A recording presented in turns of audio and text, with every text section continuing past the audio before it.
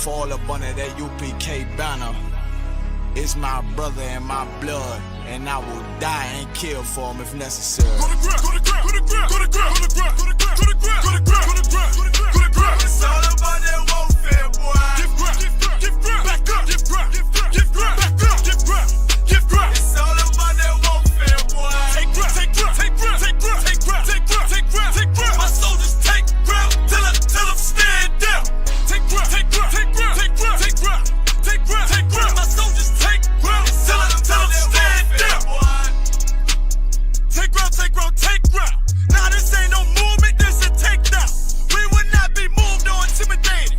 We ain't the type. You got a problem, tell them cross the fucking line. My niggas ain't polite. Soldiers to the left and right. I die for every man body. Before I be a coward, I'd rather be a dead body. This will be my kingdom when the hour pass. You can either get with it or get flipped like an hourglass. We live by honor and no excuse. Just sit the prayer up to the Lord. I told him, then let all the terrorists loose. Hold your tongue or get rebuked, cause you made a truce. With a race that made merchandise out of my abuse. Scared of who? You got your gun, then pull it. Me and my niggas start to argue, it's about who gon' bite the bullet. It gon' take ground, take ground, take ground. Opponents better move slow. Attack dog for this truth, nigga, cool yo. Go to ground, go to ground, go to ground, go to ground, go to ground, go to ground, go to ground, go to ground, go to ground, go to ground, go to ground. It's all about that warfare, boy. Give ground, give ground, give ground, back up, give ground, give ground, give ground, back up, give ground, give ground. It's all about that warfare, boy. Take ground, take ground, take ground, take ground, take ground, take ground, take ground, take ground. My soldiers take ground till I'm stand down. Take ground, take ground, take ground, take ground, take ground, take ground, take ground. My soldiers take ground till I'm stand down.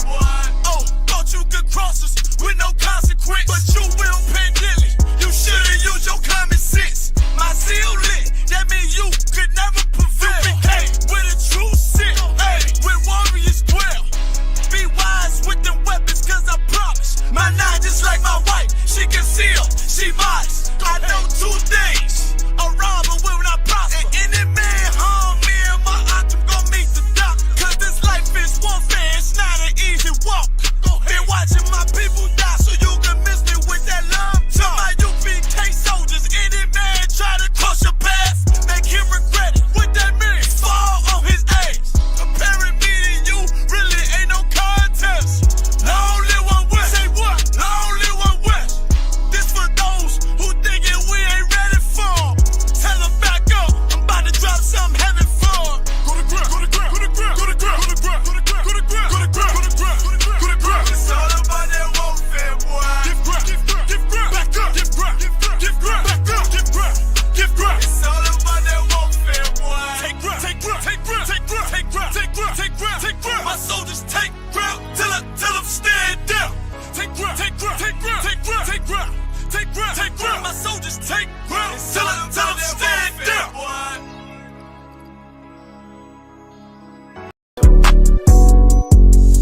Yeah, yeah. UPK shit, man, One West. Hey. I'm a UPK nigga, I'm stuck in my ways. That's on them, letting cowards fill up they ranks. Goddamn, lost tribes got them following waves. Loyalty a lifestyle, nigga, I'm just saying. Yeah, I'm a saint, no New Orleans, it's going up. Next spot, we at the B&B. I'm turned up, I'll pull up in the SRT. Burning rubber, hey, UPK shit. Look, met her at the club, told her pull up to the lobby. She know I'm in the coat, we're all black, no Illuminati. This my other half shit, I can't move without it. These my motherfucking brothers, yeah, what I'm gonna do without them, yeah. If it's beef, I can't wait to sink my teeth in. Niggas going overboard, they off the deep end. Why you tripping off that hoe? That's some weak shit. Told him put me in the game cause I love defense. Yeah, put me in the game, coach. Fuck you thought, he let his colors fly. He ain't cut, we cut him off. Yeah, bounce out, let my fringes swing. Yeah, I'm a dog, and she say she find me interesting. Yeah, want me to call, put me in the game, coach. Fuck you thought, ayy, let his colors fly. He ain't cut, we cut him off. Ayy, bounce out, let my fringes swing. Yeah, I'm a dog, ayy, she say she find me interesting. Yeah, want me to call? I ain't gotta settle, I got options, ma. No, I stand on business, my name not Tazar. I'll pop you with this pocket rock. Feed a nigga shells like a taco truck. Ayy, this bitch got sound effects, it go pew pew pew. I ain't trippin' on no drink, got bottles in a room. I'm in Durham, North Carolina, bitch, it's 12 a.m. Look at them, they ain't none of us and we ain't them. I told him, put me in the game, coach. Fuck you thought, ayy, let his colors fly. He ain't cut, we cut him off. Ayy, bounce out, let my fringes swing. Yeah, I'm a dog, ayy, she say she find me interesting. Yeah, want me to call? Put me in the game, coach. Fuck you thought, ayy, let his colors fly. He ain't cut, we cut him off. Ayy, bounce out, let my fringes swing. Yeah, I'm a dog, ayy, she say she find me interesting. Want me to call? Yeah, yeah. UPK shit, man, you already know what it is. It's the 55th annual Passover, man, turn up. We gon' do this shit the UPK way, not the other way. You hear me? Yeah, yeah.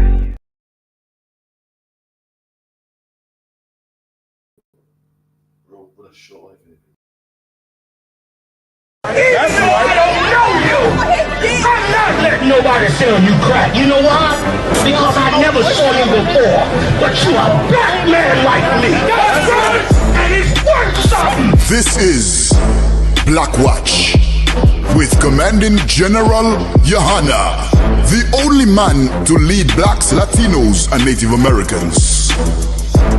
God made man on this earth. The white man he make man. God made man.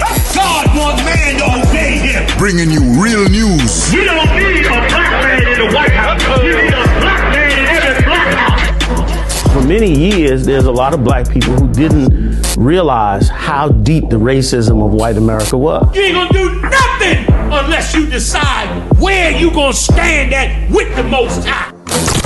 This station is now the ultimate power in the universe. Righteous solutions to issues.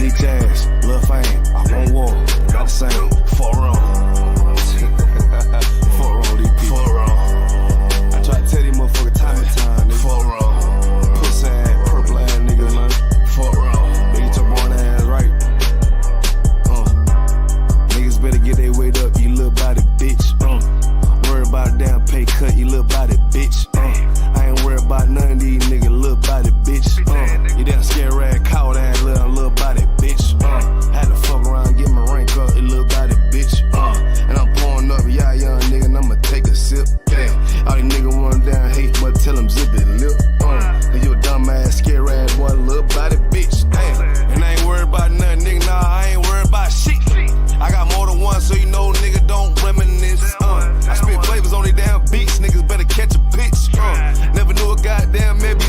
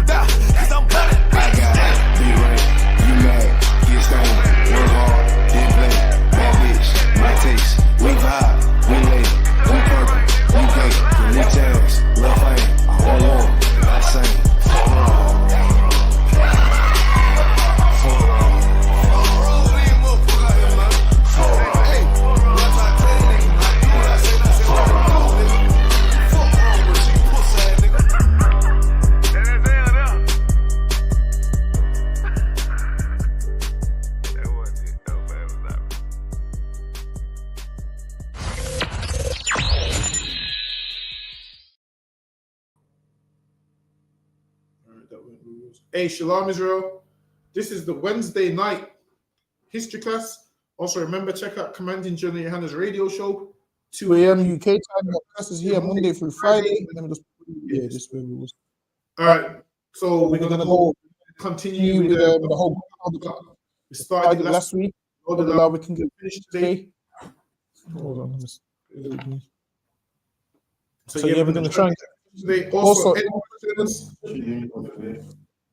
Bear with me. Just try to get the audio.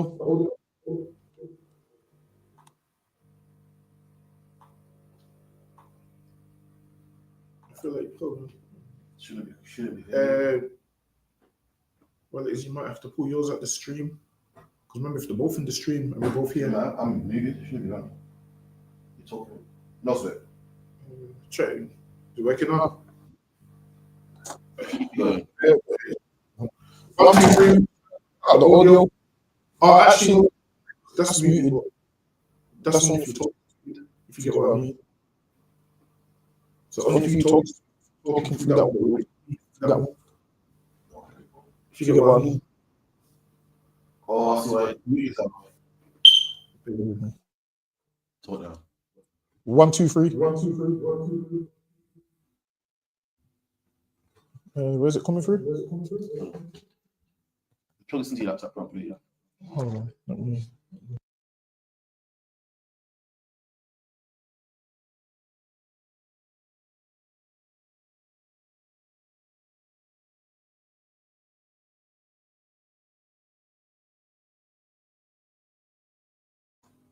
All right, somebody give me a 1 in the chat if you can hear me clearly. We're just working out the audio. I believe we might be ready to go. Hold on, bear with me 1 second. What are the settings as well? See this USB. I don't think I can. You know, I got no mouse. Bear with me. Audio. Yeah. All right, let's go. All right, yes, okay. We're going to jump right in. Lucky, go ahead.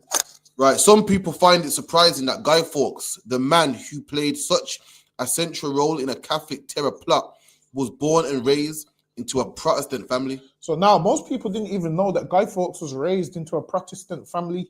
How was he raised into a Protestant family? His original father was a Protestant, but his father died when he was young, and his mom remarried a Catholic, and that's how Guy Fawkes became Catholics.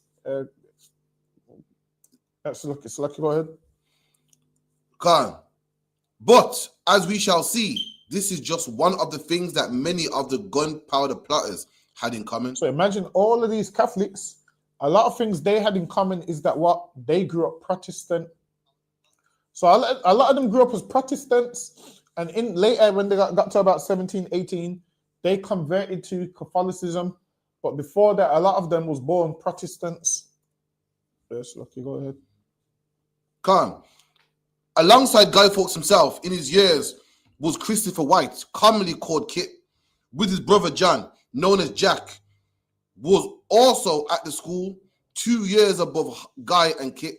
The Wrights were the sons of John and Ursula Wright of Plowland Hall, Holderness, and were born Protestants. So now, some of the other men involved in the gunpowder plot, they were born Protestants. The reason most people don't know the names of the other men born in the part of the gunpowder plot is because they focus on Guy Fawkes, because he's the guy that got caught. He's the guy that got caught in the room under Parliament with all the gunpowder. So that's the reason why people know Guy Fawkes only and don't know the others. But he weren't even the main man in the plot. He was just a man that was good at certain things, but he weren't the main man. That's lucky. Go ahead. Come. But in their 30s, they, along with Guy Fawkes, would find themselves plotters in the gunpowder treason. Another pupil at the school was Robert Middleton, who converted to Catholicism and was executed for his faith in 1601. So now, another member of the pupils, meaning people that they went to school with, Guy Fawkes and them is seeing Catholics getting executed. They're seeing Catholics getting executed under Queen Elizabeth. So people they went to school with, he's seeing them getting killed because of their faith. So a lot of the gunpowder plot this what led them up to it, because they was like, yo, when Mary was in charge, we was good. Queen Elizabeth took over. Now we're getting killed. We're losing our land. We're getting fined. We've seen people we went to school with get killed. So now they've took it upon themselves like, yo, something has to give. We're not going to let this slide. Slucky, go ahead. Khan. Edward Oldcorn was at the school too, and later became a Catholic priest, although it was doubtful that he knew much, if anything, of the gunpowder plot. He was linked to it at the time and executed in 1606. So now he was linked to the plot at the time, and he was executed in 1606. So now a lot of people was linked to this plot, and a lot of people didn't really know much about the plot. A lot of people knew but didn't want to know, because they even told Catholic priests what it was going to do. And the priest had to say, yo, you can't tell me, because if you tell me, I'm going to have to reveal it. So a lot of them didn't want to know. They knew what was happening, but they would rather not know. Because if you don't know, you can always say, well, I didn't know about it. So a lot of them wanted to not know. Yes, Lucky, go ahead.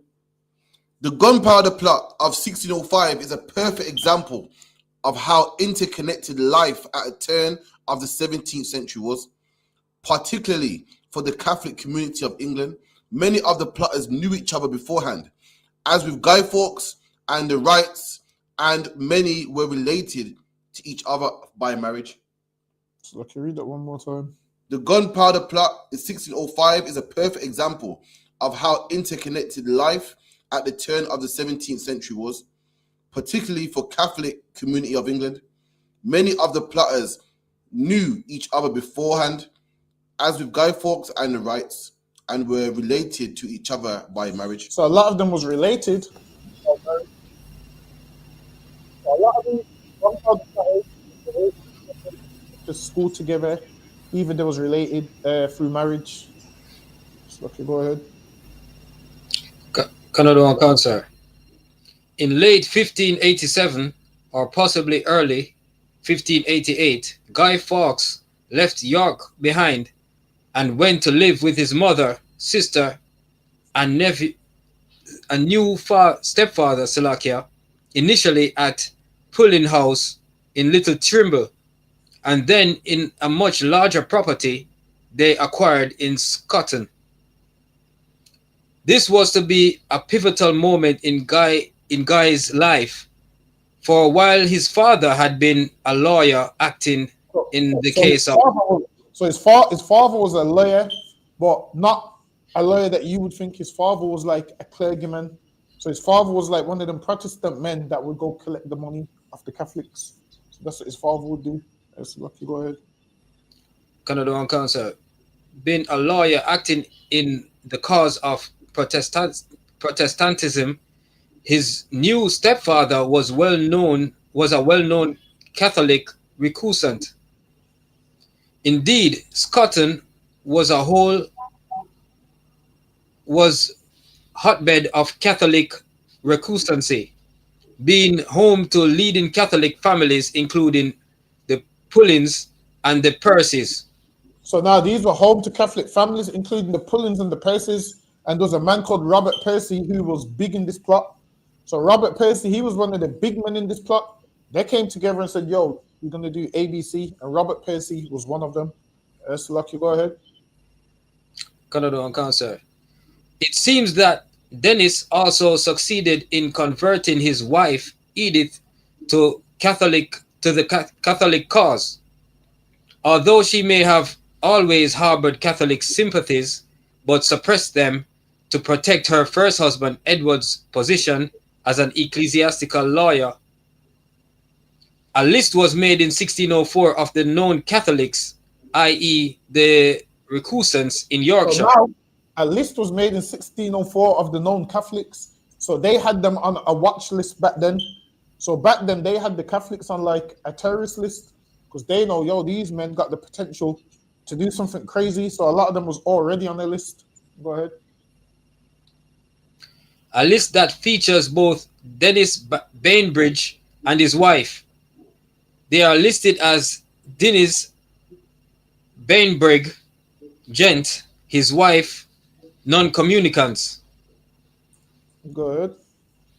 Many of the battles of the early years war involved sieges of various durations, with defending troops taking up positions in castles and fortified towers. Gunpowder transformed the art of the siege as well, as specialists in explosives would carefully position charges before firing them using a long train. A slow burning wick that would give the lighter time to reach safety before the huge explosions occurred. So now they would light a few. Well, they would light the string, and you know them cartoons where the string lights and it goes slowly before the explosives explode. That's what they wanted to do. So now that gives you time to get away before the explosion. So that's what they wanted to do. Because then it's like a firework. When you light a firework, it don't explode straight away. You have a bit of time to get out the way. So just imagine giant fireworks, these that had explosives, and they would need time to get away before it explodes. Lucky, go ahead. Given his later recruitment to the gunpowder plot and his noted presence at sieges such as Calais, it is likely that Guy Fawkes had become an expert in the dark arts of gunpowder. See, so that's why they use Guy Fawkes. Why? Because he had become an expert in the dark arts of gunpowder. Gunpowder is not a thing that any man could use. Like, you're just thinking, yeah, gunpowder, we can just use it and it works. No. There's certain things where you have to know what you're doing. Let the average man mess around with gunpowder, he's going to blow himself up, man. The average man is going to blow himself up. Now, he was a specialist in gunpowder because why? He was like, apparently was a good swordsman as well. Yes, Lucky, go ahead. Guy's prowess as a soldier is demonstrated by his rise through the ranks of the Spanish Army's English regiment. See? And Guy Fawkes was a man that was in the army. He was a soldier in the army, and he rose through the army because he was skilled at war. So don't think he was just some random man with gunpowder. He was a man that was actually skilled in certain things. Go ahead. Eventually reaching the rank of alferez, which is similar to the English rank of ensign, just below that of a lieutenant.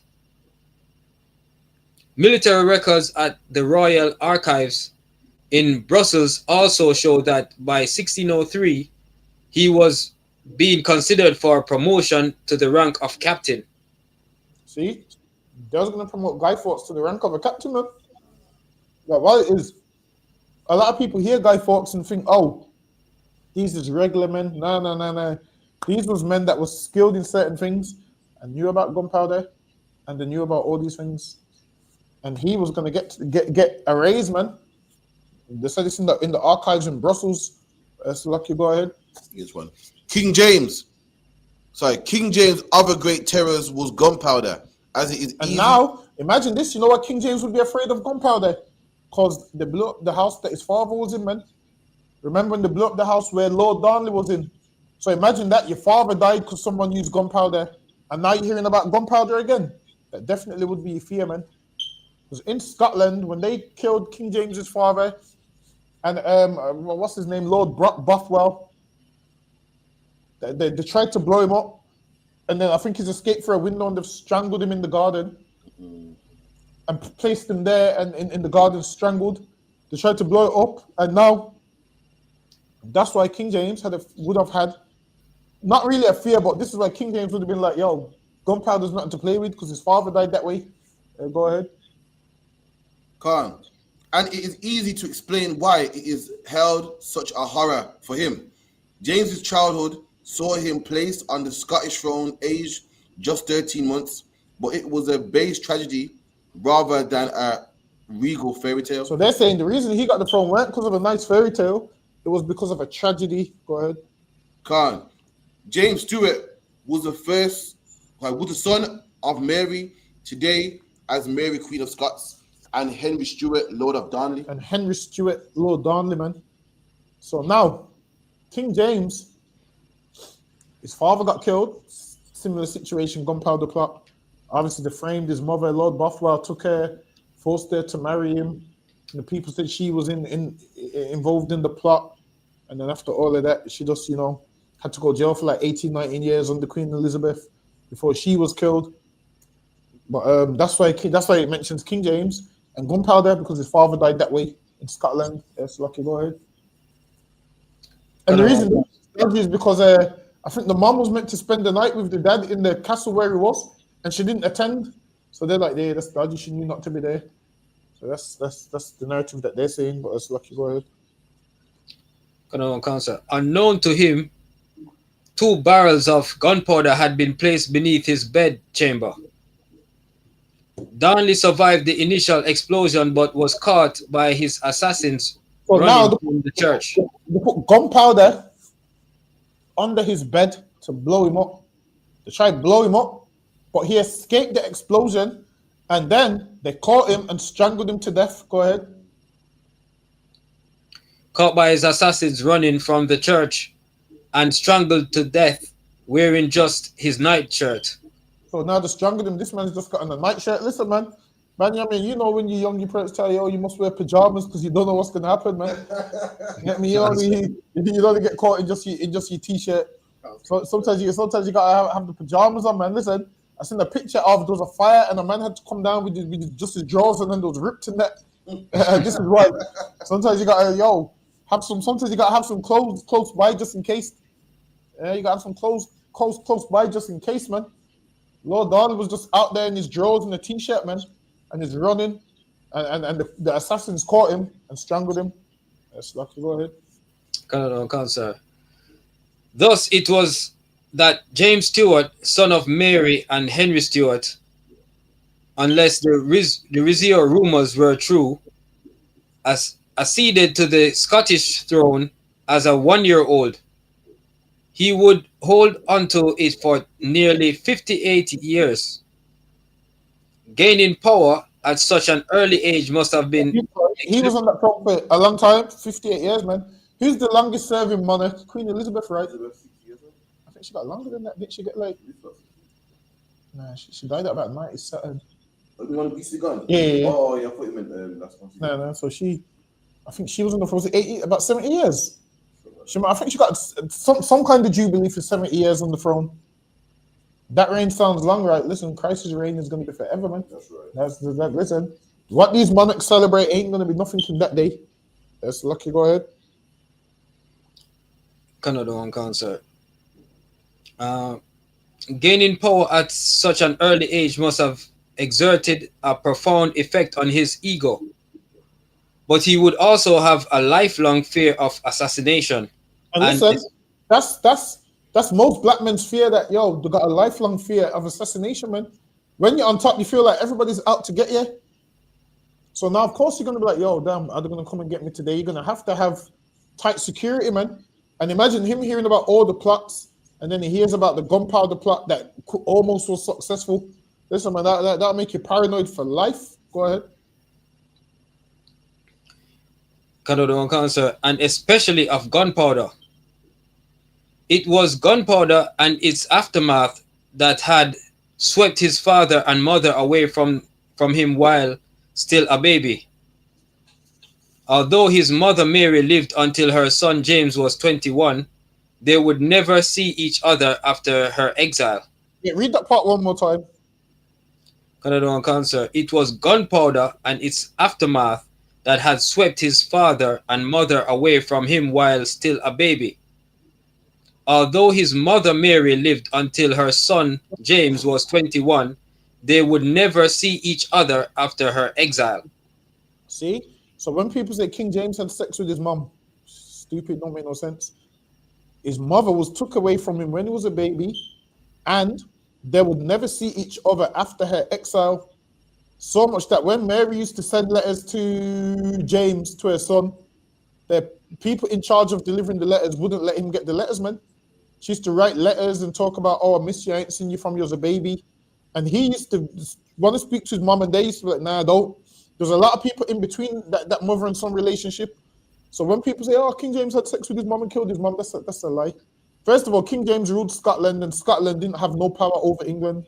England and Scotland weren't linked at that stage.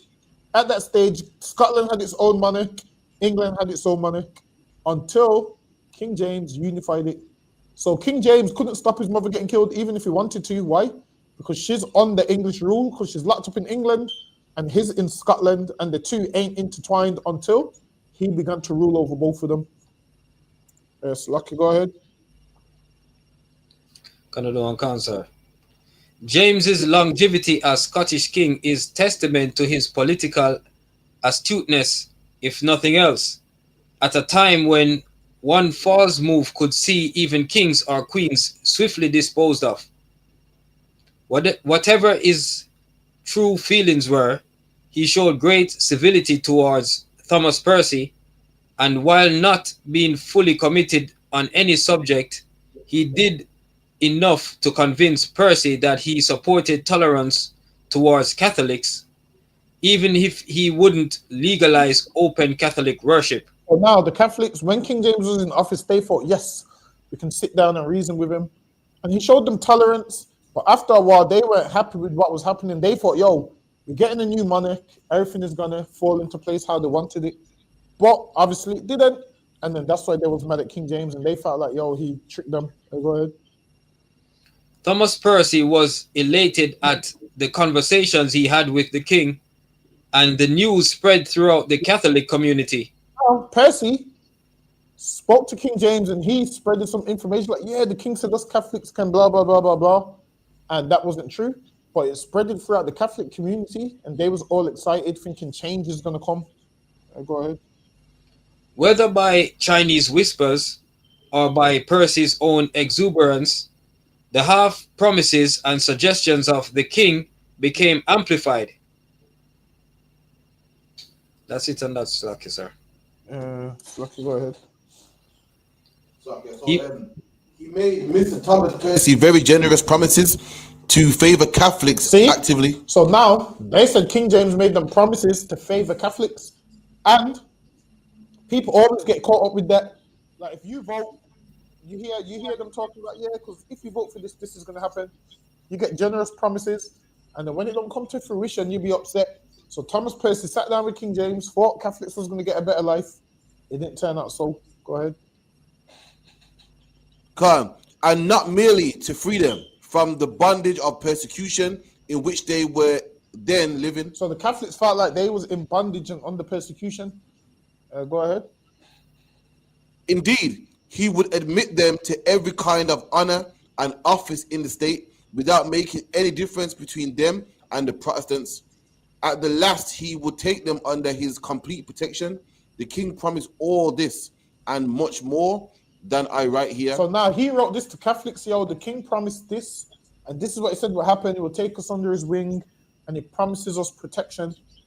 That's what they believe they was promised. As like a word. Come. Not only that, but in order to make himself more acceptable to the Catholics, the king pledged his word as a prince.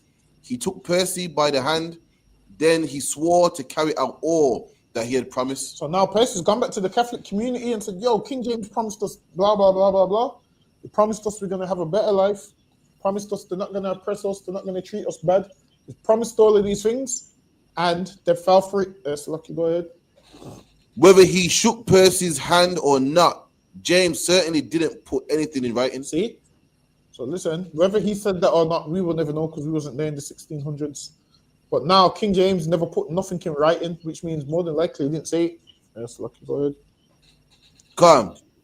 Nevertheless, Catholics began to look forward to his presumed succession, particularly as it was popularly believed that his wife Anne of Denmark had secretly converted to Catholicism. So they believed that his wife Anne of Denmark secretly converted to Catholicism, and then they was like, yo, his wife's a Catholic, so he's going to have a soft spot for us. So that's what they're thinking. His wife's a Catholic, so there's going to be a soft spot. Yes, Lucky, go ahead. Senior figures at the Vatican even believed that James himself, following the example of his wife, might one day convert to the old faith, but in this they were sorely disappointed. See, so they thought, yo, even King James might become a Catholic.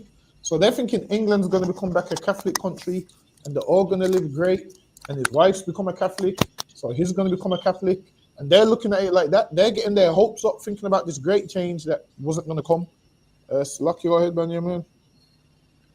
Canada and Cancer. Not all Catholics believed King James' supposed plans for tolerance, and although he did initially put an end to the fines for So he put an end to the fines. Remember, we looked at the price of the fines last week. Them fines was expensive, and he put an end to it. Go ahead. friendly relations with Catholics did not last long.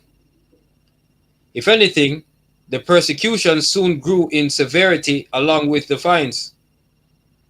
The new king also brought Scotland and England together in a new union and sealed peace at last with Spain. This was the deadly combination. Read that part one more time, Salakia. If anything, the persecutions soon grew in severity along with the fines. The new king also brought Scotland and England together in a new union. So he brought Scotland and England together in a new union, meaning he unified Scotland and England. Go ahead. And sealed peace at last with Spain. Why? Because if you remember anything about Elizabeth, her and Spain had the Spanish Armada, and then he's made peace with Spain. So guess what? Now, when the Catholics was going to use Spain to come and overthrow England, King James made peace with Spain. So now these Catholics can't get help from Spain no more. And it happens all the time. Once countries unify, you can no longer get help from that country because they're cool with the monarch of your country. So now these Catholics now, they can't get help from Spain no more. So what do they have to do? Take it upon their own hands. So now they have to come up with the gunpowder plot. Go ahead. This was the deadly combination that led directly to the events of November 1605. So now this is what led to the events, because now Spain's cool with England, and they hated that because Spain was against England. Why? Because Spain was Catholic, England was Protestant. But King James, being able to unify places, he made them all cool. Yes, Lucky, go ahead. August 1604, the Treaty of London was signed at Somerset House. This brought to an end 19 official years of Anglo-Spaniard War. See, so now they signed the treaty. This brought to an end the English versus Spanish War, meaning they was warring for 19 years. King James came in office, spoke with the Spanish, and brought that to an end. Go ahead. A conflict that in reality had been raging since the death of Queen Mary decades earlier. See, and this was raging since Queen Mary, because Queen Mary was Catholic. She died, and her Protestant sister got the throne. So that's when that war started. Go ahead. While Guy and Kit had been kept under virtual arrest for fear that they would launch a plot.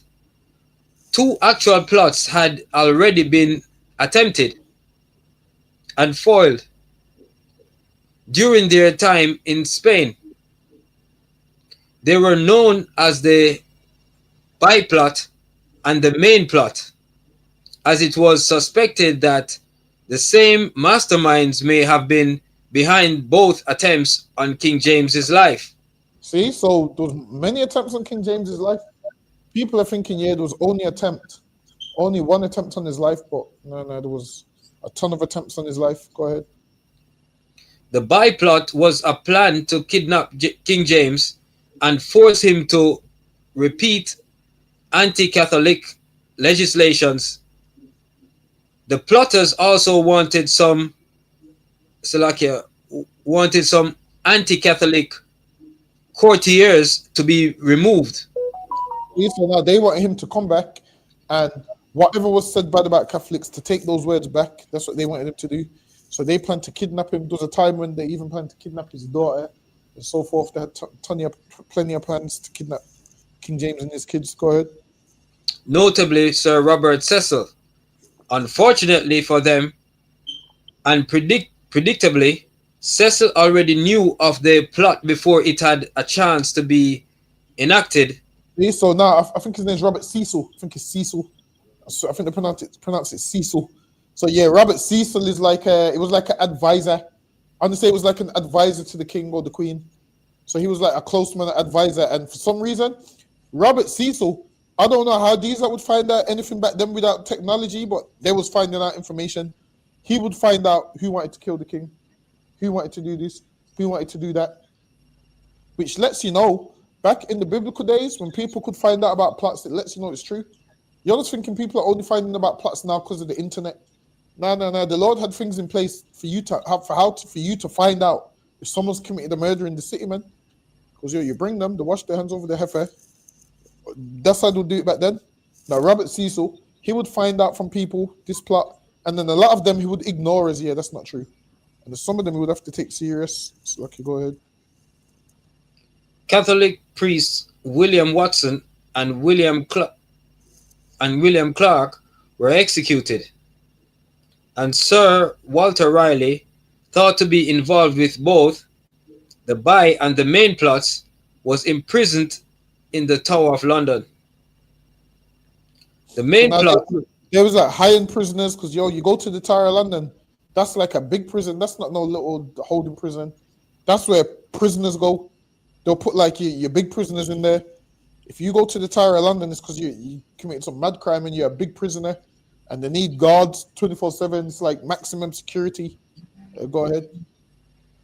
The main plot of July 1603 was thought to be the work of Raleigh and Henry Brooke, Lord Cobham, and its aim was to assassinate King James and replace him with his Catholic cousin, Lady Arbella Stuart. So now they wanted to assassinate King James and replace him with his Catholic cousin. So because England used to be a Catholic country, they wanted a Catholic monarch. Listen, them Catholics and Protestants used to go to war, man. They used to kill each other. I'm telling you, the way they used to kill each other, like no tomorrow. There's lists of how much people was assassinated, and there's more people who would be unrecorded, who'd be assassinated, but it's not recorded. Even back then, they used to make like underground bunkers for people to go through and hide Catholics in, and so forth. It was that bad in England at one stage that they used to hide them in these underground tunnels. Apparently, they still got some of these underground tunnels today. Lord, did I get to go to one and see how it was structured and what it's actually like to go in an underground tunnel. But it's lucky. Go ahead. It was uncovered during investigations into the byplot, and saw Cobham take his place alongside Raleigh in the Tower, although he was released shortly before his death in 1618. Within months of King James coming to the English throne, 2 attempts had been made against him. One that would have seen him killed. The more peace-minded Catholics were appalled, correctly foreseeing that James would. So now the more peace-minded Catholics were appalled. So some people wanted to see him killed, some people didn't. Some Catholics wanted him dead, some didn't. It's like some Christians are radical, some ain't radical. So it was the same back then. Go ahead. Foreseeing that James would use this as an excuse to turn against England's Catholic population. Initially, however, James praised the Catholics who had helped to foil the plot. So now some Catholics helped foil the plot, and King James praised those Catholics, and the other Catholics must have been looking at them Catholics like, yo, you like traitors, man. They must have been looking at them like, yo, use like a traitors. We're trying to get him out of here, and use like, keeping him here. And after they've done all of this to us, go ahead. Notably, the Jesuit father Henry Garnet, who had informed the Privy Council of the byplot when it came to his attention. This toleration was not to last. With memories of his father's faith always in his mind, along with the numerous plots which had involved his Catholic mother, Mary, King James desired to do just what Guy Fawkes had predicted, to drive the papist sect, Slovakia, out of England. So he said, yo, forget this. I'm going to drive them out of England because he's been around too much death. His father got killed. Afterwards, his mother got killed. He's seen people plotting on his life. He's hearing about people plotting on Elizabeth. He's saying, yo, I might have to just get these out of England, man. Because if I leave them here, one of them are going to come and kill me. Go ahead. That's that on the slide, sir. Okay. Guy Fawkes' role in the gunpowder plot is frequently misunderstood. So now, Guy Fawkes' role in the gunpowder plot is frequently misunderstood. Most people don't understand Guy Fawkes' role in the gunpowder plot. Go ahead. In one of two ways, his role is often downplayed so that it becomes little more than the muscle of the operation at the periphery of its planning. He was more than this. Alternatively, some people think of him as the leader of the plot, but while he is certainly the most famous or infamous plotter, that position was held by Robert Catesby. See, so there's another man that was head of the operation, and it was Robert Catesby. He was head of the operation. People think Guy Fawkes was in charge. No. He's the most famous or infamous. Why is he the most famous? Because he got caught in the thing. He got caught, so that's why. Go ahead. Catesby was a complicated man, a charismatic leader who could make people bend to his will. It was Robert Catesby who would seal Guy's fate and who in 1605 came close to destroying the whole ruling class of England. Listen, man, they would have destroyed the whole ruling class of England. Why? Because they would have destroyed all them niggas that was in Parliament, man. All of them that was in there that day would have been blown to smithereens, man. They said that the explosion would have been so bad. And if that happened, that would be something that England would speak about continuously, man. They would speak about it continuously. That would be so horrible. Imagine if that happened, and then in the history books, guess what? We would go to camp and say, yo, you want to know why you're a Catholic? Because this happened in 1605, and this would be the story of what happened. And then Catholics would have to answer for how they got the throne and how they turned England back to a Catholic country. Like, I wonder what lie they would come up with. Surely they would have to wipe it out of the history books. This ain't something that you could keep in the history books if it happened, because people's going to say, okay, so you like blew up a king and made England Catholic, and that's why I'm a Catholic. So if that plot didn't happen, so it would have been a Protestant. And what you'll find out is most of our parents from England and grandparents in Jamaica, because they're a colony of England, they was Protestants. Why?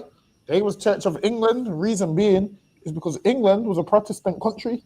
Now, if England was a Catholic country, they would all be Catholic wearing rosary beads, talking about Mary. Listen, if that happened and England was a Catholic country, all you niggas would be doing Lent. Every last one. It sounds crazy to see a black man doing Lent. It's rare because there's not a lot of Catholics in England. But a lot of you would be celebrating Lent and all of those things if their plan came to fruition. But Slocky, go ahead. Slocky, sir, if I may, they would on November the 5th, they would be celebrating what they'll be doing, celebrating the Wicca Day, Slocky, sir. So I'm saying that day they would be celebrating Bonfire Night in reverse. They'll be celebrating the Explosion Day or whatever the hell they would call it. Put it this way, the press would give it some fancy name that makes you think it's right to just go murder who you want. They'll give it some nice name that, in their mind, which justifies them just murdering who they want to murder. But it's like, you go ahead. Come on, sir. Catesby had revealed his intentions to Jack, and it was a plot both carefully targeted and yet ridiculously broad and ambitious. Catesby had known for a long time that killing the king alone would not be enough, a view shared by Guy Fawkes as he spurned a golden opportunity to kill the king not long before the plot was due to be enacted. See, so they knew killing the king wouldn't be enough. Why? Because Guy Fawkes had an opportunity prior to kill King James. Because Guy Fawkes was at like a wedding and it was stood right next to King James, right next to him. He had an opportunity to kill him, but they understood that killing the king ain't enough. They needed to get rid of the whole ruling class. So there's no one that's going to offer resistance. Go ahead. No, to gain tolerance and equality for Catholics, not only the king, but all his ruling lords and counselors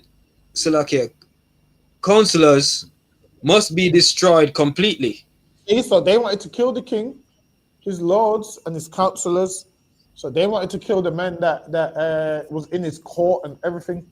Because they know we get rid of all of them, we're good to go. And that's what they wanted to do, get rid of all of them. So go ahead. It must be a blow so complete and terrible that the function of the government would be stopped altogether. They wanted to kill everything. Go ahead. Leaving a void that Catesby could fill with a Catholic puppet of his choosing. He was going to put a Catholic puppet in office that he chooses, that he could control, that he could go to them and say, "Yo, do this, do this, do this." He's like the puppet master. They're on the string, and he's the puppet master. Go ahead. So, lucky, sorry if I mean so. So he'll use the puppet so that most people wouldn't know that he was behind the plot. Exactly. Would say Slovakia. And also, he wanted to put someone in office that he could control. That's what he would do. Go ahead. Because Slovakia, sir. Because I would say, why wouldn't him and Guy Fawkes wouldn't assume that like being ahead of the parliament? Because the reason being is because in order to sit on the throne, you have to have a certain king lineage. So they know they couldn't just sit on the throne, because what will happen? Someone will one day say, "Well, you did it. Let me kill you and sit on the throne." So they believe that the kingship is ordained by God. So then that's why they was going to get another Catholic monarch from somewhere else to put on the throne. So they was going to get the next Catholic heir in line. So that's what they was going to do, get the next Catholic heir in line, and then that one would sit on the throne. Because a regular man can't just kill a king and sit on the throne. Why? Because if that could happen, Oliver Cromwell would have sat on the throne.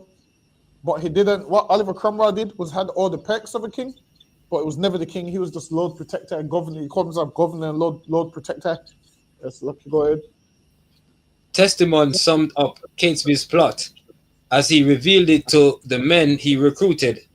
Thus, Catesby decided after much reflection to gather together all the enemies of the Catholic religion in England and get rid of them in one single blow. Liberty. So now, he said, "I'm going to get rid of them in one single blow." At that time, no one knew what he meant. Listen, he meant gunpowder, man. He meant, "I'm going to get rid of them with gunpowder." It's lucky. Go ahead. Liberty to be restored to Catholics with no resistance.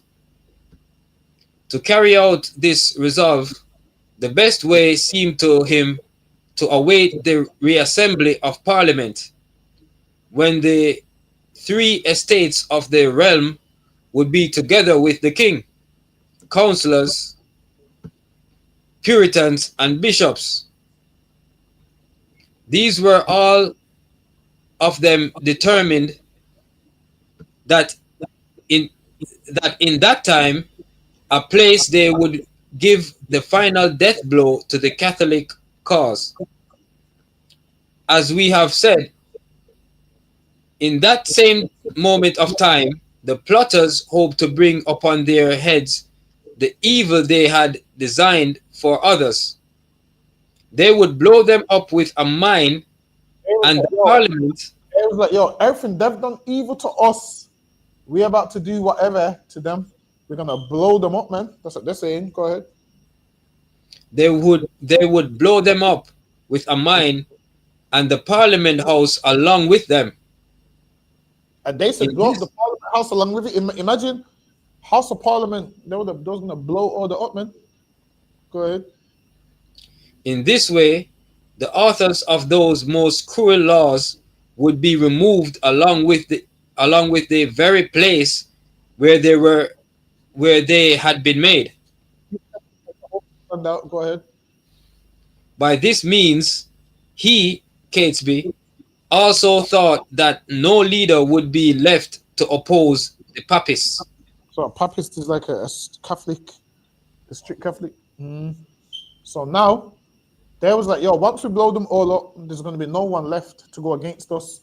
So the plan was to blow them up so they could obviously take over England. So Lucky, go ahead. But what exactly was he being recruited for?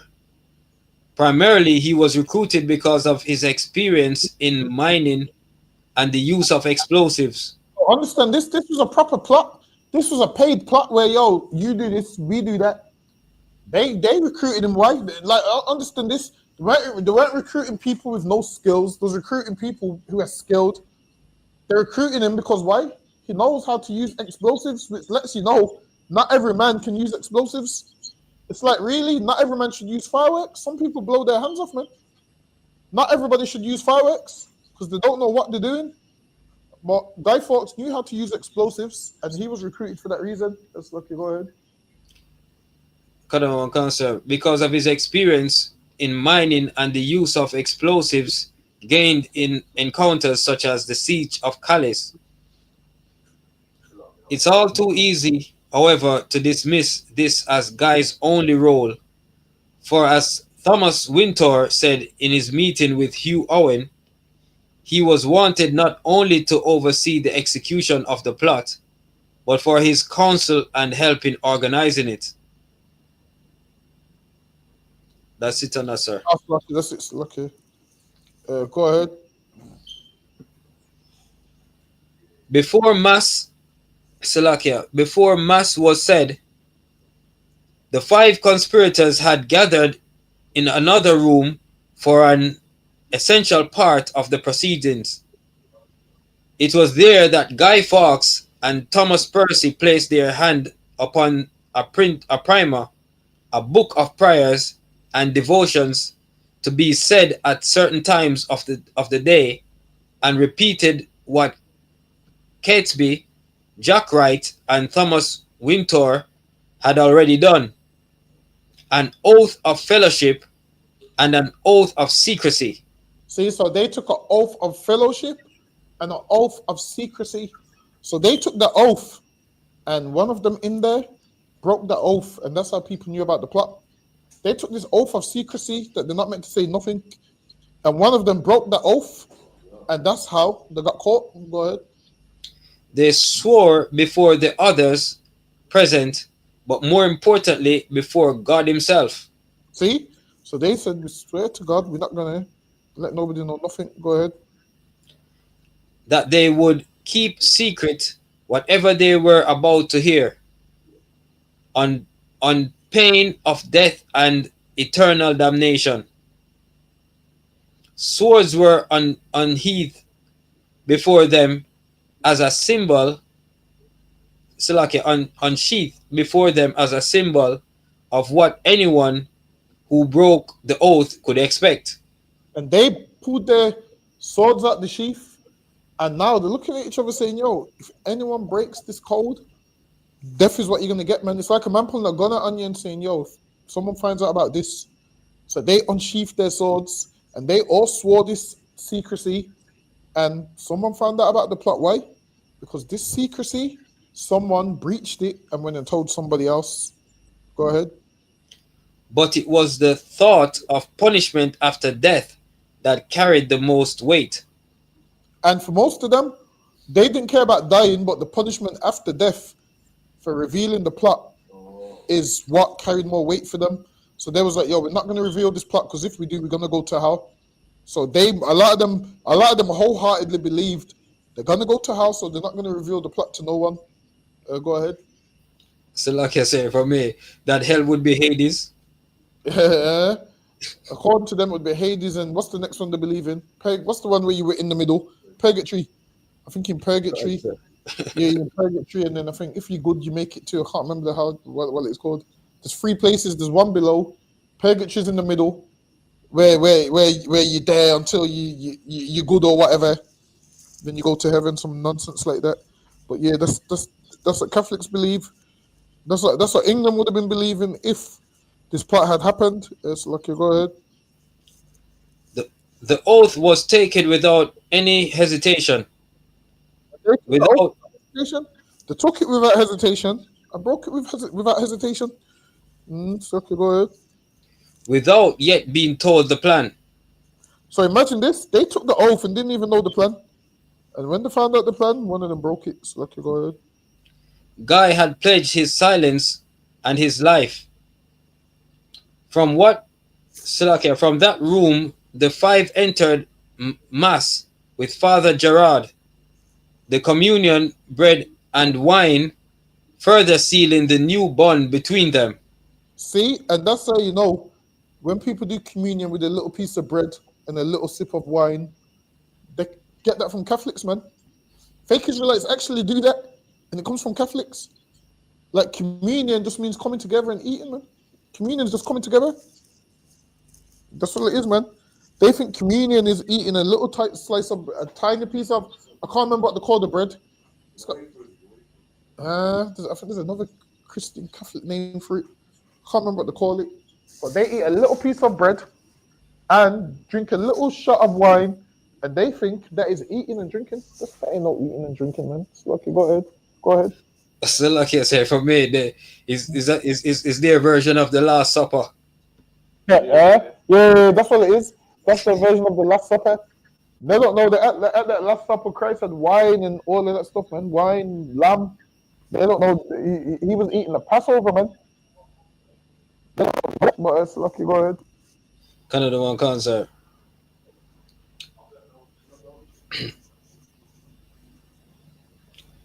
With the mass over, Gerard left the room, ignorant of their plans, but undoubtedly able to feel the tension in the air.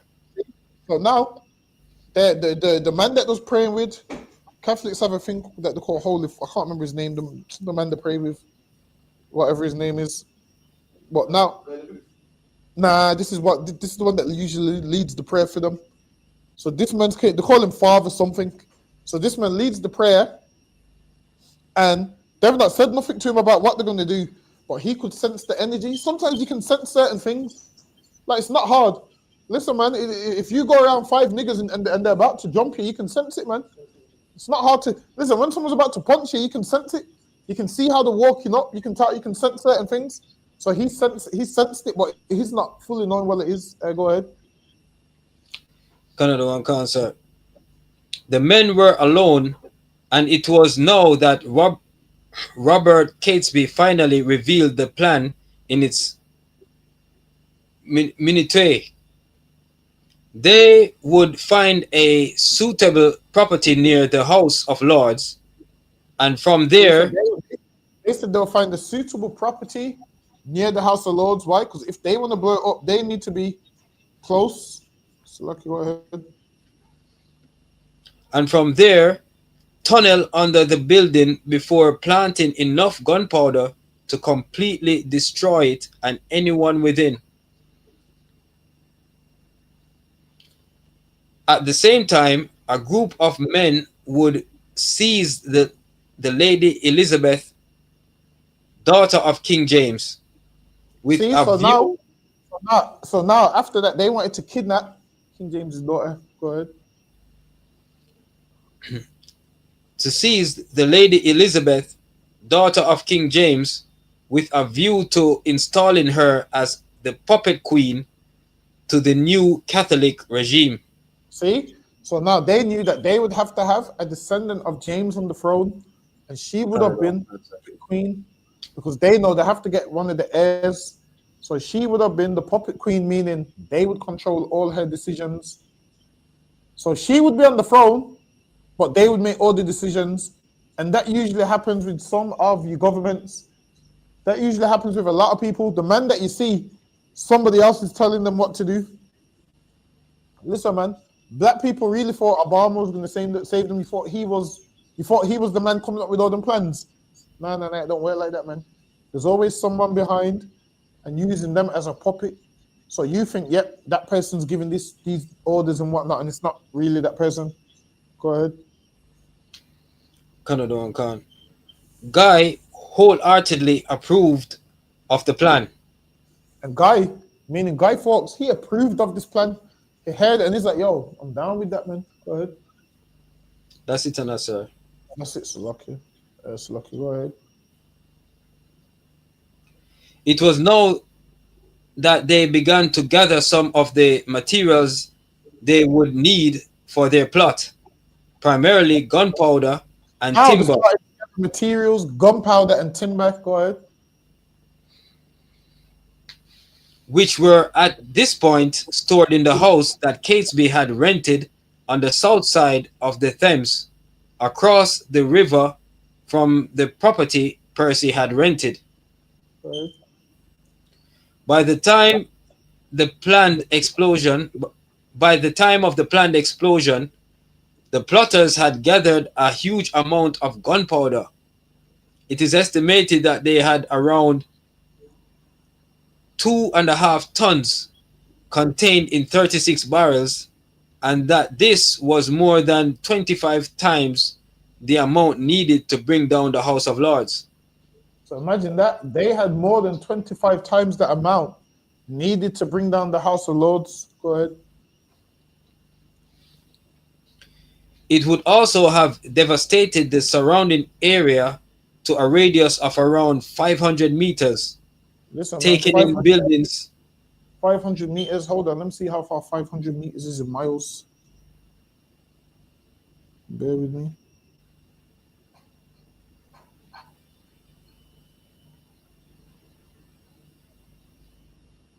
Oh, that's not that far. But what? 0.311 miles. That ain't that fast. Lucky, go ahead.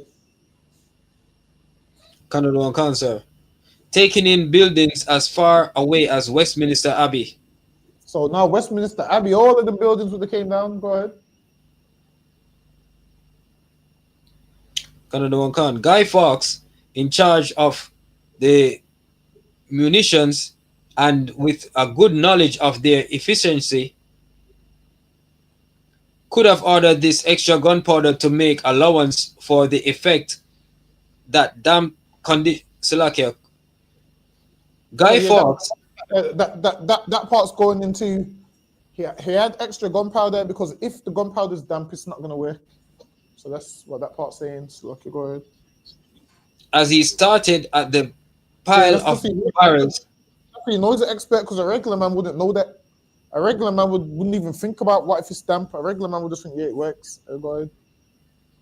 As he started at the pile of barrels hidden by timber on that fateful night in November 1605, a faint smile may have crossed his lips. This indeed would blow them back to their Scottish mountains. If what you got to remember is, a lot of the people in England was prejudiced towards Scottish people. They just didn't like Scotland. So imagine this, you're an Englishman and you're hearing about a Scottish man's going to run England. You're not. You're going to like it, man. It's like, just think of it like this. You know how black people get when they hear Peter Andre is playing a black man in Jamaican? Black people are like, yo, this is crossing the line, man. You know how white people get when they heard a black person was playing, what's the Little Mermaid? When they hear black men are playing the Anglo-Saxon movies, they start getting mad about it, man. These lot felt the same way when they're seeing our country is an English country and it's going to be run by a Scottish man. Back then, other countries didn't like other countries. They would look down on certain countries, and English people look down on Scottish people. So, Lucky, go ahead.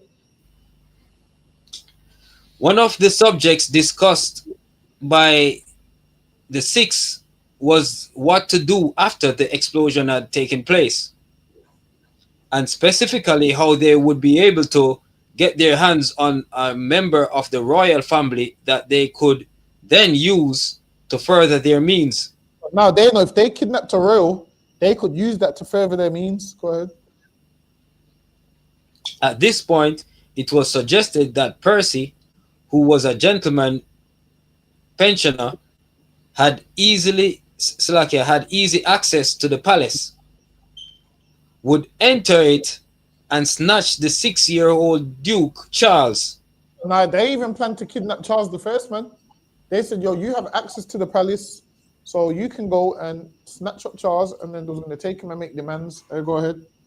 Later to be King Charles I, under the guise of taking him to taken into protective custody against any potential threat to his life.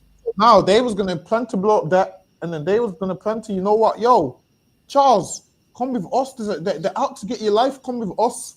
And they was gonna kidnap Charles, and that's when they would have furthered their demands. Now these Catholics make out like they're so religious. Not these ones here, man. You tell me how religious they are and whatnot. I don't think they are, man. Based off this, they ain't religious at all. They wanted to kill and kidnap kids and do everything that they know they're not supposed to do. That's lucky. Go ahead. That's lucky, sir. If that plot had gone through, as you said, the probably to this day, the when this country becomes Catholic and everything, we're not even sure if they would have spoken up if they were a part of the plot or reveal the plot. So lucky, sir, because it based on their plot, nobody would know, and the country would just be Catholic, because they use a puppet and pull the strings. So lucky, sir. Exactly. That's what I'm saying. England would have changed from a Protestant kingdom to a Catholic one overnight, because they already planned, yo, we're gonna get men to start an uprising. So now they plan to blow up that and start uprising at the same time. But obviously it just didn't go to fruition. Yes, lucky, go ahead. Guy's role within the plot had been further extended. A ship was to be held in readiness in London. After firing the slow match, Guy would make his way to this boat, which would take him to the continent once more. So now, after Guy Fawkes was to blow up them, he was meant to make it. He was meant to jump on a horse and make it to a boat and get the hell up out of England. Go ahead. It would then be his job to make contact with the Pope in Rome, presumably through the auspices of the Jesuit superior in the city, Father Pearsons, and explain why they'd acted as they had. Guy would then rally the English exiles in Rome and Flanders ready to support Catesby and others if required. He was meant to go to Rome, speak to the Pope, and then all the exiles that was living in Rome. Why was the exiles? Why? Because they was kicked out of England. So he planned to go there and bring all the exiles back so they could fight the remaining Protestants that was here. So lucky, go ahead. Father Garnet and Robert Catesby were well known to each other. Catesby had provided the priest with shelter under his own roof on many occasions. Catesby reasoned that if he had Garnet's approval of his plot, he could use this to allay the fears and misgivings that anyone else recruited to the plot may have. He also knew, however, that Father Garnet was unusually peace-loving and conciliatory for a Jesuit priest, so he would have to be approached carefully. A meeting was arranged between the two men on the 8th of June, 1605, probably in a room within an inn. After copious amounts of wine, Catesby dropped a question into the conversation: whether the church thought it was lawful to kill an innocent man or men for the greater good. So this nigga got drunk and he's asking these questions, yo, is it lawful to kill an innocent man or men for the greater good? So he's got drunk and he's running off his mouth and he's asking them kind of questions now. Yes, Lucky, go ahead. Catesby would ask Garnet to hear his confession, but guessing something of this content and realizing the danger it would put him in, Father Garnet refused. Now, this man didn't want to hear his confession. Why? Because he knows if he hears this confession, now he's in a position to say, nah, you can't do that, it's wrong. So he would rather not know. It's easier for him to not know what's going on or what's happening. It's a lot easier. Go ahead. Canada and Cancer. Father Garnet was bound by the seal of his by seal of the confessional. He had gathered that Catesby had a plan that would risk innocent lives. Because But he if he asked that question, he knew it was something to do with that, but he didn't want to really hear. Because if he hears, then he knows what's going on. He would rather live like he don't know. That way, yeah. When it's mentioned to him afterwards, he can act like he didn't know nothing. Go ahead. But if he heard this confession, he too could be held complicit, and his sacred code would not allow him to inform the authorities. And if he heard it, he could be complicit because they're gonna be like, "Yo, you're part of it." And if he don't reveal it, no, if he does reveal it, he's broke. His plan is not meant to give out the information. So if you don't give out the information, he's damned if he does or if he don't. So he would rather not know because he don't want to get put in that position. Go ahead.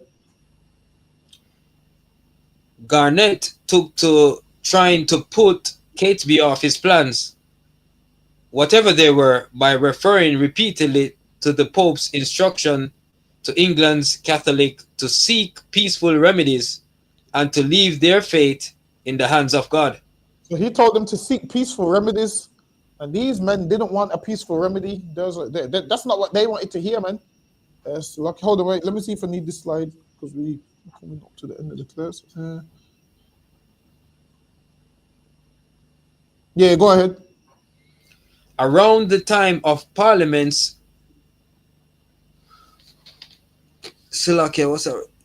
Around the time of Parliament's prorogation, Guy decided to make a further check on the cellar and the gunpowder within it.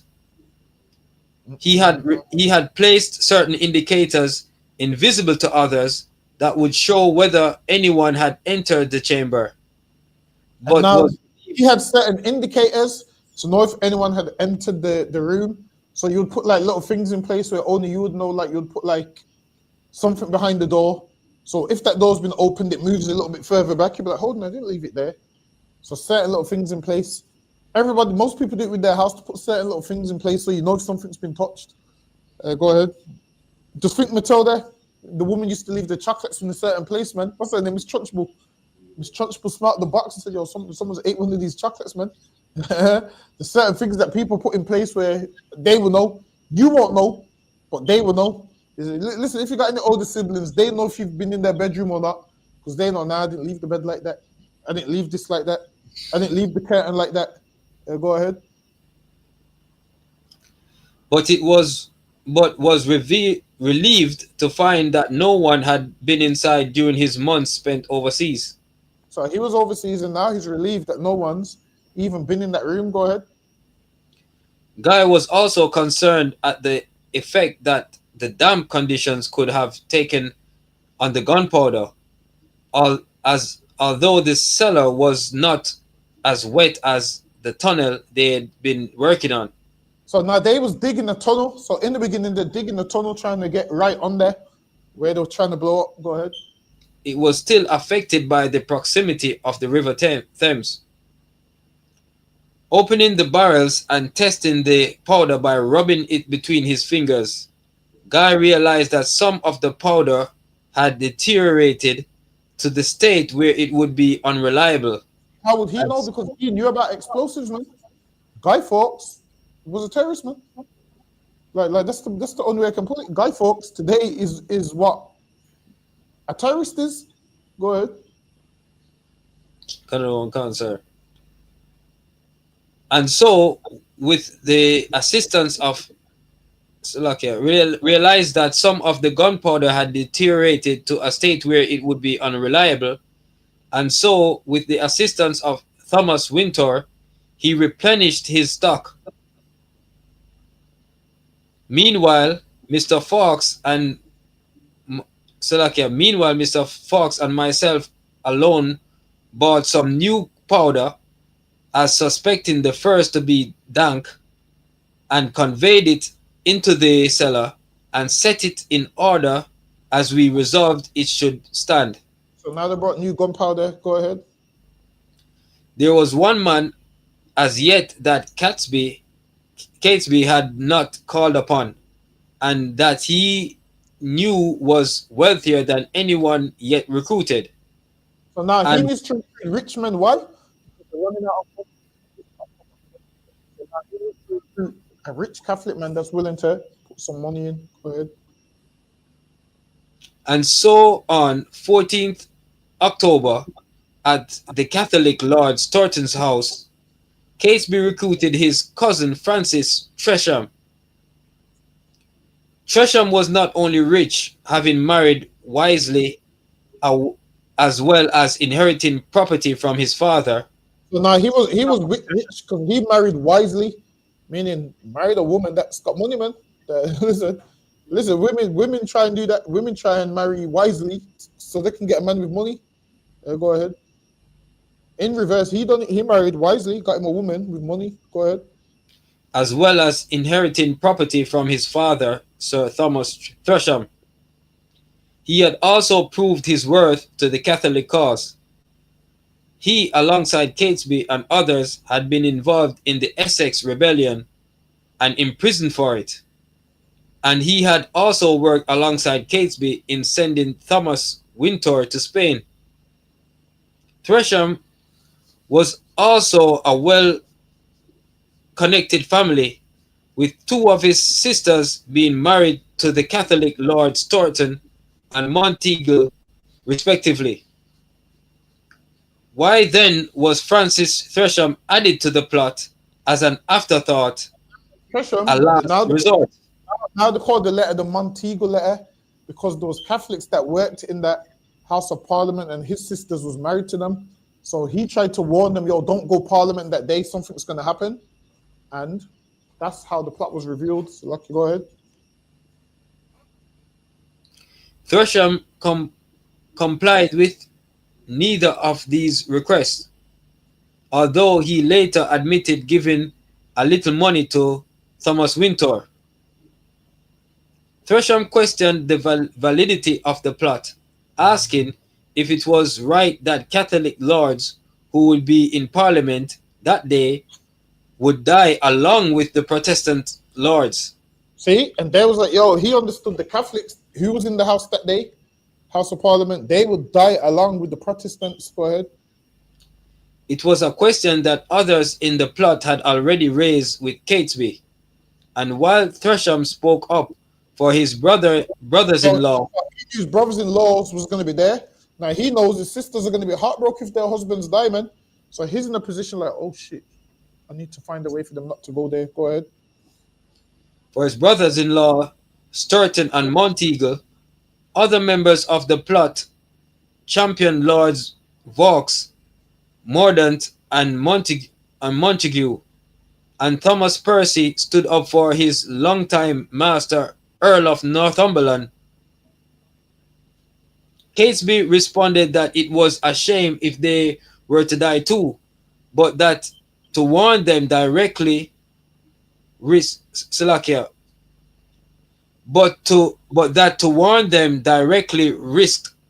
destroying their whole plot. And it was right, man, because he goes, if he warns them directly, that destroys the whole plot. So Catesby was like, yo, they're going to have to die, man. He's like, yo, they're going to have to be collateral damage because we need to rule, and some of them just are going to have to die so we can get this rule. Because if we warn them, that's going to expose the plot. Go ahead. Reluctantly, at least if his own confessions is to be believed, Francis Tresham agreed to join the plot and be guided by his cousin. Nevertheless, on one occasion it seemed that Catesby defied his own instructions. Lord Montague, the man who had employed Guy Fawkes at Cowdray House, testified that he chanced upon Catesby while walking in the Savoys, a Thameside area of the Strand, on 15th of October. Perhaps Tresham's pleas a day earlier were fresh in Catesby's mind, for he stopped Montague and said, "The Parliament, I think, brings your lordship up now. I think your lordship takes no pleasure to be there. And now he told them, yo, he's basically said, yo, there's something going on there. You don't want to be there. Now, if someone says that to you, you'll be like, yo, what do you mean by that? Hey, go ahead.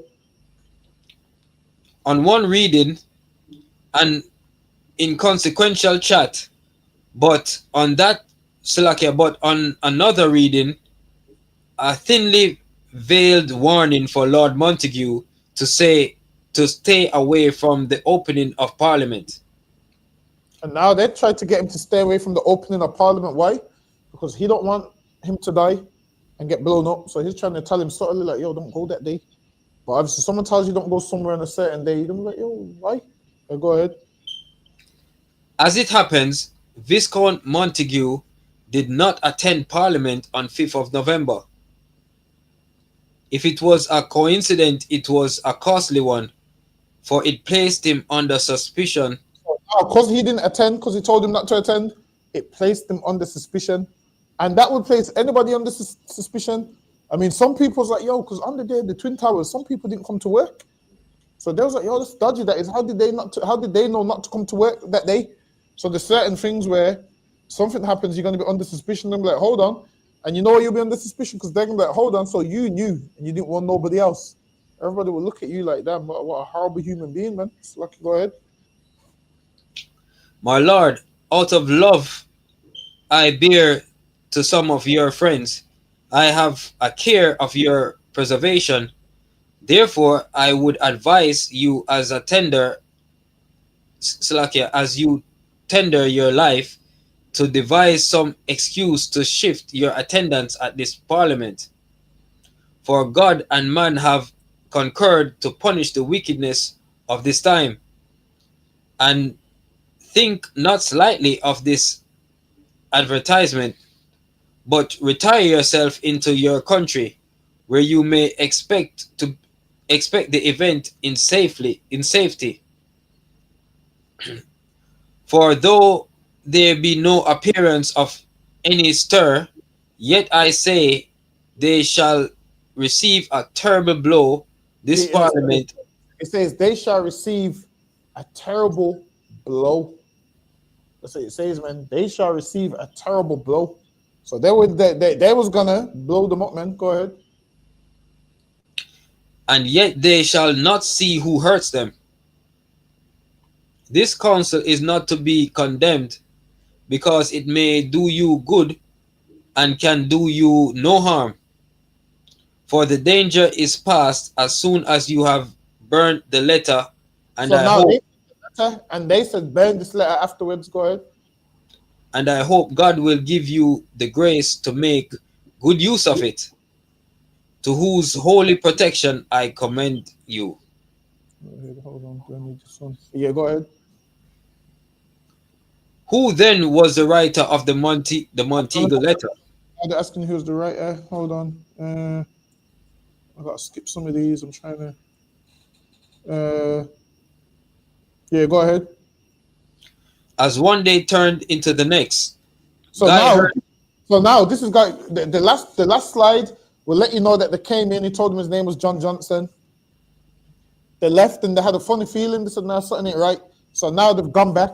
So now he's in the room with the gunpowder. Go ahead. Guy heard a faint noise from outside the cellar. He opened the door to see what was amiss. But stepping forward into the darkness, he found himself blinded by the light of a lamp thrust into his face. A man was upon him, who knocked Guy off his feet and pinned him to the floor. Guy overcame his momentary confusion, and a brief yet fierce struggle ensued, in which Guy crushed the man's hand so fiercely that he considered drawing his dagger and stabbing him before thinking better of it. So yeah, Guy Fawkes was trained, man. He was a warrior, trained swordsman, knifeman. They said he was big as well. He weren't no small dude. Armed men came to the guard's aid. Guy Fawkes was having him up, man. So Guy Fawkes was having him up, and armed men came to the guard's aid. Go ahead. dragging Guy to his feet and binding his hands behind his back. Pushed into the cellar, Guy was, Salakia, sir, powerless to resist as he watched the men tear away at the wood coverings, hearing their curses as the barrels of gunpowder were uncovered Them man swore their and hell off. then opened. Them man said, Ross Clark, man. That's what they said when they saw them got that gunpowder uncovered, man.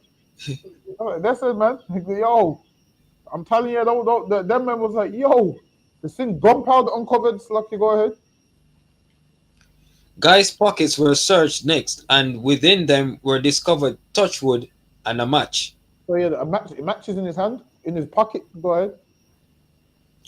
The leader of the men approached Guy with his look of disgust on his face, but Guy returned with something but Guy returned it with something approaching a smirk.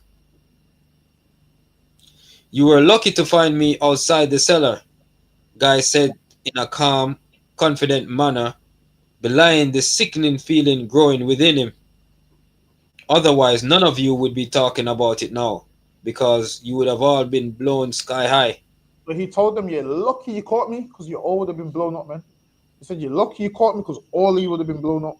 Yes, lucky. Go ahead.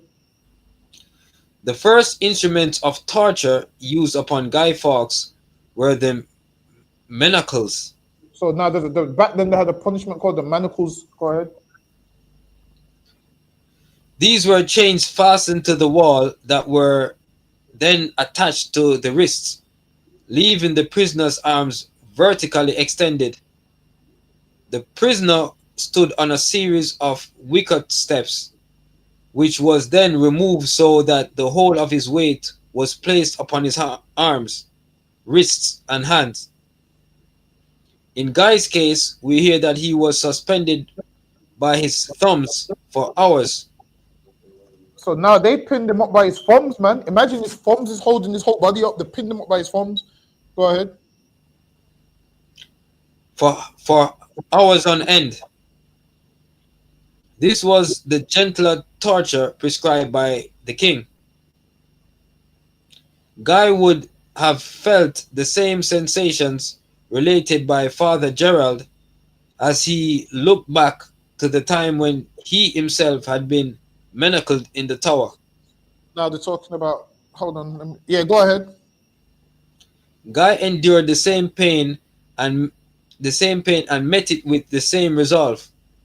After being released from the manacles, he was then held in the cell known as the Little Ease, just 4 feet high, 16 inches wide, and 2 feet long.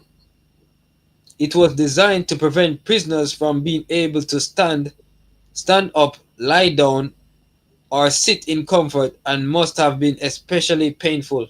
Imagine this, you're in there, you can't sit down, you can't stand up, you can't sleep, you can't lie down. Everything you're trying to do, you can't do it because it's too small. That's where they had him, man. Lucky, go ahead. For a man of Guy's tall stature, the terrible trial of the manacles, and the threat of worse to come were added beatings and deprivation of sleep, light, and Beat food. him, let him sleep, put bright light on him, put him in the dark. Go ahead. And yet, Guy still refused to be bowed. And Guy Fawkes still didn't grasp. Why? Because Guy Fawkes thought, you know what? They've got me here, but there's going to be an uprising, so they're going to come and get me. He thought, you know what? If I hold out and don't say nothing, the Catholics are going to come and rescue me. Until later on, he found out that, yo, they know about the uprising. They've captured all of them. That's when Guy Fawkes knew this is over for him. Go ahead. On 8th of November, Ward wrote to Robert Cecil to report on his prisoner's steadfastness and obstinacy in the face of torture. And listen, man, my man is not folding. Oh, so lucky. Listen, we're up on the time. We're gonna have to. I don't even know. We're up on the time. Clap it up. I can't even read this on the press. All right, so lucky. Go ahead, Benjamin. You can call it. You know to call it, right? Got it on count, sir. Oh yeah, go ahead. You can call it. Men of Israel, I Madiam. I'm Madiam Sabat. I'm Madiam. Barak. Yahaba Shimia Shai Barakatha. Yahaba Shemir Shabrakafam. Yajad Mata. Class dismissed. Well, again, Benjamin. S. Lucky Captain, stay there 1 second, Benjamin. He just needs to ask. Hold on. Let me see if we can end it on my screen. Oh, I can't even do it. You able to do it on the. Well,